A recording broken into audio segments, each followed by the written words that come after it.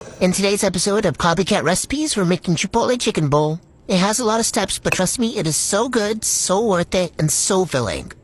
And no, your stomach's not gonna go bad. To start off, I made my marinade by mixing it all into a blender. Shout out to Vitamix for sending me this blender. It's the blender of my dreams, and I love the fact that it tells you how long you're blending for. Once the marinade was made, I set a little bit aside for some spicy mayo to make later on, and I used the breast to marinate the chicken for about 2 hours or overnight. I use chicken thigh, or you can use chicken breast, whatever you like. In the meantime, I prepped the toppings. I made a quick pico de gallo. Please use fresh coriander, don't use frozen like me. If you've got a desi mom, you know that they freeze everything.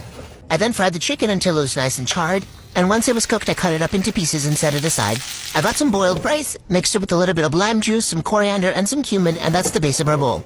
I brought the rest of the marinade that we saved and added some mayo, that's the chipotle sauce, and the rest is pretty self-explanatory. I love burrito bowls because it is so versatile. You can basically get everything you need. You get your veggies, you get your protein, your carbs.